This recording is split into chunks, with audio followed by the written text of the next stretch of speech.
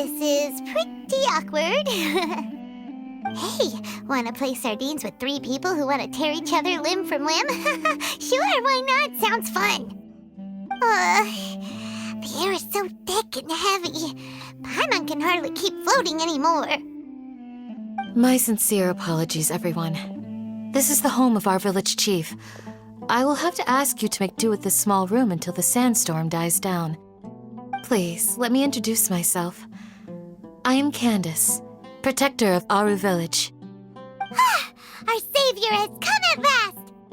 Nice to meet you, Candace. The name's Paimon. Thank you so much for helping us. There's no need to thank me. It's only right to help each other when the weather gets rough. Wow, she's so gentle and caring, like a nice older sister. Unlike those guys over there.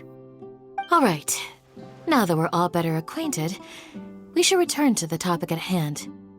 As a guardian charged with the responsibility to protect my fellow villagers from harm, I was observing your conflict from afar, even before the sandstorm started.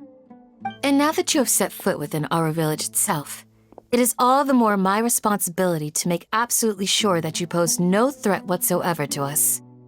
So please, have an honest and sincere conversation with one another and put your hostile feelings to rest. If anyone dares to start anything again while they are under this roof, I will not hesitate to send them out for some quality time with the creatures of the sandstorm. Oh, on second thought, Paimon may have misjudged Candace's character. And that goes for you too, Miss Dia. Do I make myself clear?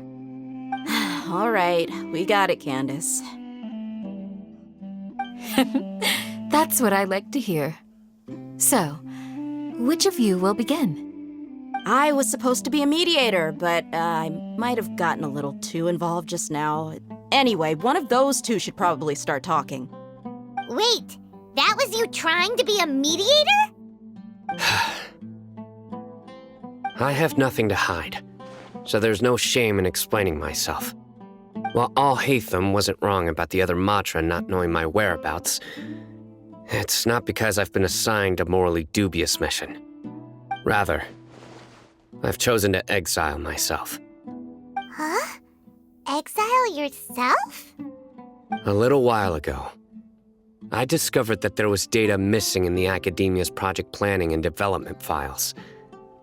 What little they did report clearly did not match the project's actual progress. As General Mahamatra, I had the responsibility and authority to request an audit. However, to my surprise, the person responsible for the erroneous data was none other than Grand Sage Azar himself. I tried to investigate the issue myself before submitting a formal audit request, but I soon found that all leads and potential pieces of incriminating evidence were carefully concealed from me. I began to realize that they were cautious of me from the very beginning. Unsurprisingly, the Grand Sage rejected my audit request as soon as the submission reached his desk. He even said to me, "The power of the General Mahamatra is granted by the sages. You have no right to judge us." So they really are up to no good. I realized then that to the Grand Sage, the Matra are nothing more than tools for the sages to assert and maintain their control over knowledge. The vows that we took, the principles that we strive to uphold, they are meaningless to the academia of today. I believed it would be wise to flee the academia before the sages had a chance to take action against me. This way, they can no longer see nor predict my actions. I will never give up on this investigation. There's no need for someone else to give me power or authority. Once I find the truth, I will administer judgment by my own name. Saito seems to have the same goal as us. We're all investigating the sages. Plus, now that he's no longer the General Mahamatra, he somehow feels a lot less scary. Well, Sino?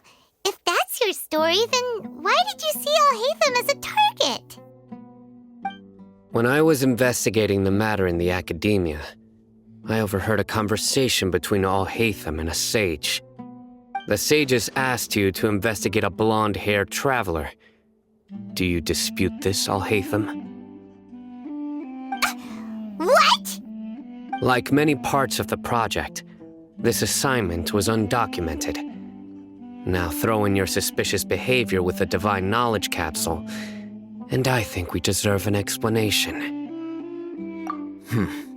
Yes. I was indeed tasked with investigating the Traveler. Alhaitham! After all, the promised reward was so great that hardly any scholar could have refused.